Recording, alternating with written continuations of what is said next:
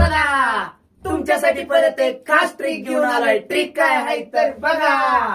चला सर हा. वर्गमूळ काढायचं बघताक्षणी. बर चला बघा संख्या काय आहे 2916. बर या जर संख्येचं तुम्हाला वर्गमूळ काढायचं असेल हा तर तुम्ही या संख्येचं समान 2 भाग करून घ्या. बर 2 भाग करून घेतलं. हा आता इकडच्या इकडच्या 2 साईडचे जे अंक आहेत हा ती कोणते 1 2 आणि 9 आहेत. हा म्हणजे 29 झाला. 29 हा. झाला.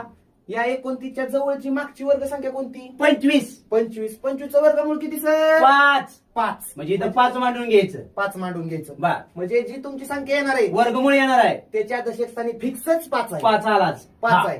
मग इथं याच्या एकक स्थानी किती आहे? 6 6. कोणत्या संख्येच्या वर्गाच्या एकक स्थानी 6 येतो? 4 आणि 6.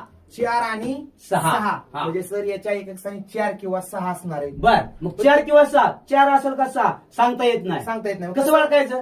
ही जी तुमचा 5 आहे हा 5च्या पुढचा अंक घ्या. 6 यांचा गुणाकार करा. 30 30. येणार 30 हे उत्तर. हा. या 29 पेक्षा मोठं आहे का छोटं आहे? मोठं आहे. म्हणून इथला छोटा अंक घ्यायचा. उत्तर जर गुणाकार मोठा आला तर छोटं छोटं घ्या आणि छोटा छोटा आला मोठं मोठं घ्या. घ्या. मग सर छोट 4 आहे म्हणून इथं 4 घ्या. म्हणजे वर्गमूळ आलं 54. सर हा. पुढची संख्या आहे 3116. सांगा. सेम तसंच करा. हा. 2 भाग केलं 2 भाग केलं. हा चला 31च्या मागची वर्ग संख्या 25 25चं वर्गमूळ 5 5 लिहा. लिहिलं. म्हणजे येणाऱ्या वर्गमुळाच्या दशक स्थानी फिक्सच 5 येणार. आता इथं किती आहे ह्याच्या एकक स्थानी? 6 6 कोणाकोणाच्या एकक स्थानी असतो वर्गाच्या? 4 आणि 6. 4 आणि 6. हा चला आता 4 आहे कसं आपल्याला माहिती आहे का? नाही.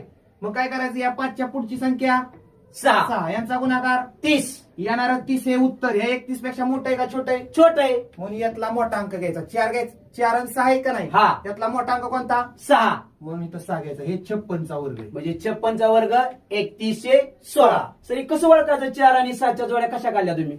हो का? हा 4 आणि 6 किती असतं सर? 10.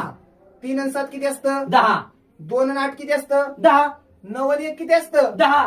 अशा जोड्या असतात. त्यांची बेरीज 10 येते आणि त्यांच्या वर्गांच्या एकक स्थानी समान अंक समान असणार अंक असणार. त्या जोड्याच्या. त्या जोड्याच्या. म्हणजे 1च्या आणि 9च्या एकक स्थानी 1 येणारच. समजा 2चा वर्ग आहे 4 हा. मग असं 2ची बेरीज करावं लागेल त्यावेळेस त्याच्या एकक स्थानी समान अंक येणार. समान अंक म्हणजे येणार. 2 अधिक 8 म्हणजे 8च्या एकक स्थानी जसा 2चा वर्ग आहे हा. 4 तर 8च्या वर्गाच्या एकक स्थानी पण काय येणार 4. येणार. अशा जोड्या. छान सर धन्यवाद.